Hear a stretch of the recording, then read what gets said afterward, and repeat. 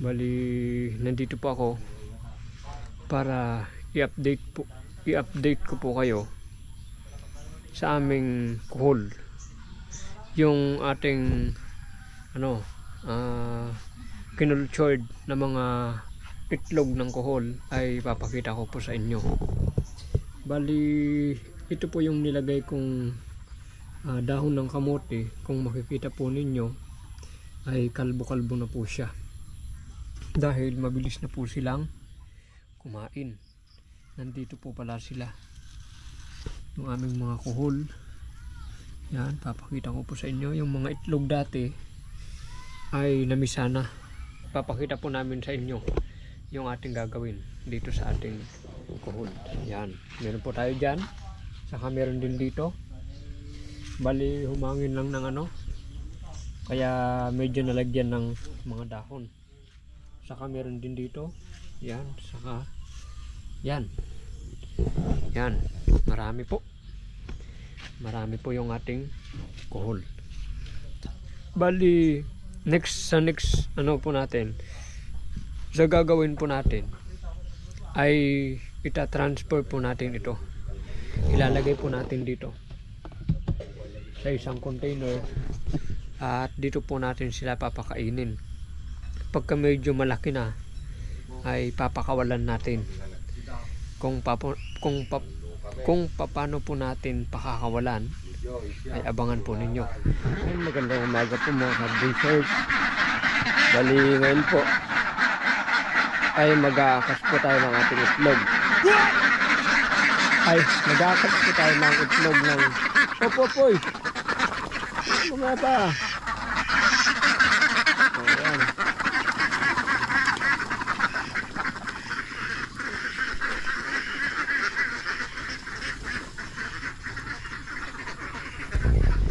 Bali, mag-aakas po tayo ng itlog ng ating mga itik ngayon. Bibilangin po natin kung ilan po lahat. Tayo na. Kunin lang natin itong ating lalagyan na tray. At ano ba yung mga itik? Nandun na pala yung itik. Yan, bali doon po sa ating kataltalunan sila ngayon. Napunta. Ha? Yan, tayo na. Ada din, nagitlog na. Pasukin na natin. Gamit ang ating search warrant.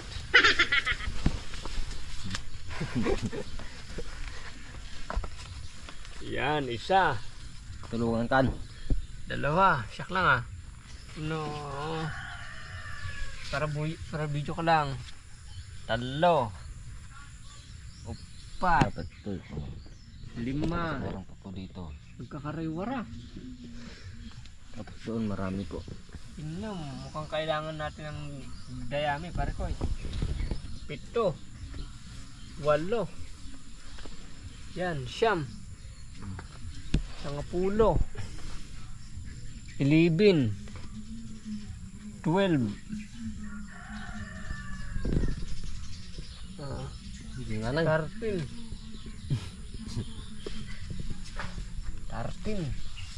14. Ito maliit pero okay na. 14 na ba yan?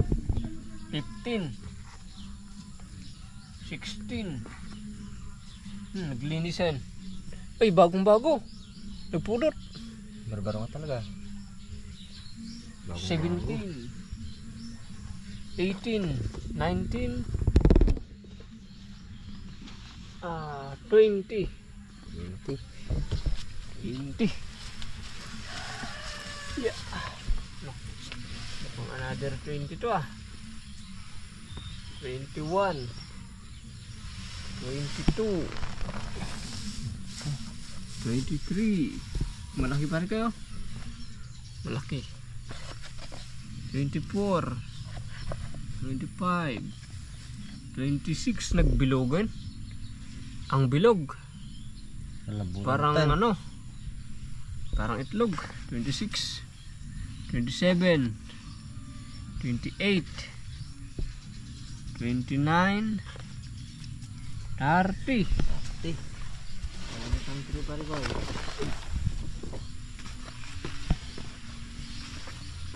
Yan, 30. Dito na natin ilagay. 31. Crack na ni. May crack. Reject na ito.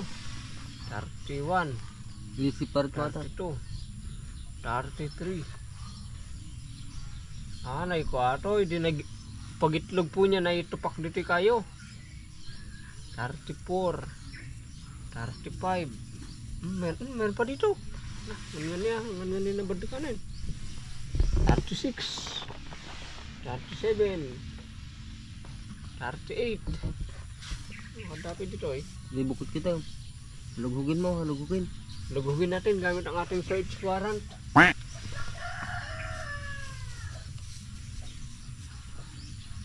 Hindi natin baka dapat dyan siguro. 38 na. 39. 40. 40 na eh. 40. Oh. Kahapon, 41. Ngayon, mukhang bilangan natin. 40, 41, 42. Di. Ay, nung nakaraang pag-iitik po natin, yung world record dati, world record, yung pinakamataas na itlog po nila dati ay 47. 47. Tignan natin kung na-break po yun. Dahil pasok sa Guinness Book of World Record. 43, 44, 45, 46, 47. 47. Padpadan. Mukhang pareho na. 47 in one day. Nagmayatin pare ko eh. Takor din. Kinanta pa baka dabay. Baka naabak ka di kuan. Nabagat to ata ka bumawag pa eh. 47 talaga. Pareho na. Kumambala na. Dalawa tama. Ayan. In just one day, meron pong 47 yung itlog ng baby po natin. Times, ayun kasi nagmura na yung itlog, tag 9 na. Maybe nakahapon po ay nagbinta po tayo. Pero okay na rin. At least malaking tulong na ito eh. Kung halimbawa tag 10, halimbawa lang tag 10. Kung 47, 470 na yon. No? Parang isang araw na sweldo na. Ayun na. Sa ngayon ay nandito po tayo sa ating area kung saan ay nag-harvest po tayo ng ating palay. Yung naani po natin dito sa mahigit kumulang mga kalahating ektarya ay 51 na kaban, na malalaking kaban mga ka-adventurers. Kwan po ito, natumba. Bali sabi nila kung hindi lang daw po ito natumba ay marahil baka aabot pa ng 70. Sabi po nila dahil napakaganda ng butil ng ating palay, mahahaba mga ka-adventurers. Bali nandito pala kami at iniaabog namin yung mga itik natin doon sa may Mordong. Dahil napakaraming mga kuhol po dyan, yung golden snail. Pebongs umok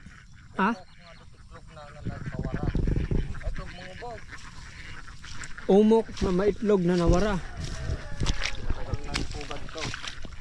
Mabuti hindi na padalisan ng ano yan. Nagsayang man. Maitlog, maitlog. Nakuha tini. Ata? Oo, stripes ay pintok-pintok. Ay, itlog ng mangubog yan. Mangubog. Pati nga mangubog yan. Mangubog, malalaki pala yung itlog Luwa niya. na luwa. Kunin mo pare ko dahil wala na. Nabagat. Nakrak. Matagal na. Kaya ano to ya, super diatin niya. Gandatan, nabayagatan. Nabayag na. Nakuha mo yung iba oh. Bali ngayon ay ano, pupunta po tayo dito sa ating Asula Pond. Yan, litaw na litaw yung ating Asula Pond. Ano? Asula Pond na merong maraming isda. Yan. Jay, Nagadalaw na itong kanda. nagaduunay? Nagadunay. Bali yung gagawin po natin ngayon ay kukuha tayo ng ano, ng asula. Ilalagay po natin dito. Kagaya nito mga adventures, parang pataba na rin to sa ating taltalon. Gandatan kata.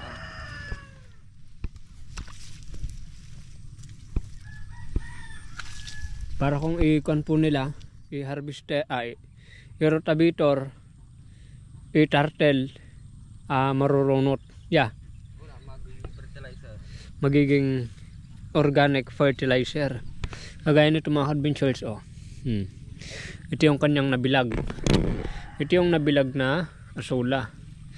Nagiging kon na siya. Pataba. Saka kung ito dito ka tatapak ay napakalambot. Para kang tumatapak lamang sa foam. You know? Napaka-komportable ng ating paa. Ikalat mo pare koy. Pagdunta dito. Yan. So bali ito, yan po yung ating gagawin. Yan, dahil oversupply yung asula po natin. Gagawin na lang natin na fertilizer. Mahina pa po yung demand. Kaya over pa yung supply. Pero pag malakas na po yung demand, sigurado mangangaunti yung supply po natin. Hindi po makakakaya, hindi po makaka-sustain. Ito po ay mainam, guys, na pagkain ng mga hayop. Nung nakaraan meron pong bumili mga pulis. Pagkain daw po nila ng kanilang Rhode Island na mga manok. Dahil malayo pa po yun sila. Malayo sila, pinuntahan tayo. Bali dahil makapal pa yung ating ating duckweeds ay asula, kukuha tayo, ilalagay natin dito. Tayo na. Hanapin lang natin yung ating Ditre, at sa ditre na nagkalarjay. kaod. Alam. Mano adi po, balls. May sala dyan.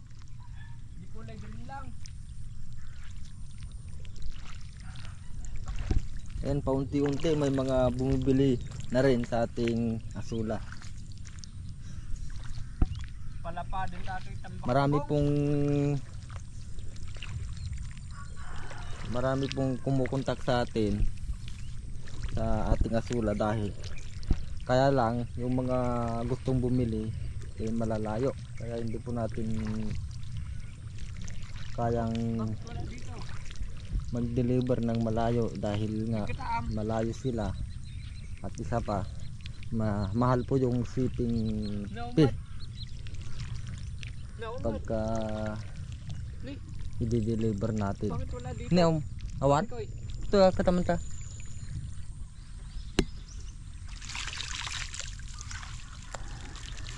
Atakan niya. Kasi sila pamahon. Tagaruyot tidanong na. Nagarak na siguro niya, niya. Kasi na mayat nga paglangoy-langoy yan da. Kumbaga, madida nag-regret. Madida nagsisi. Nga natiliw da. Naglawan na ito kanan na. Pagpasyaran na lumul pa ito mo. Ang nagili mo, tarjang kapan.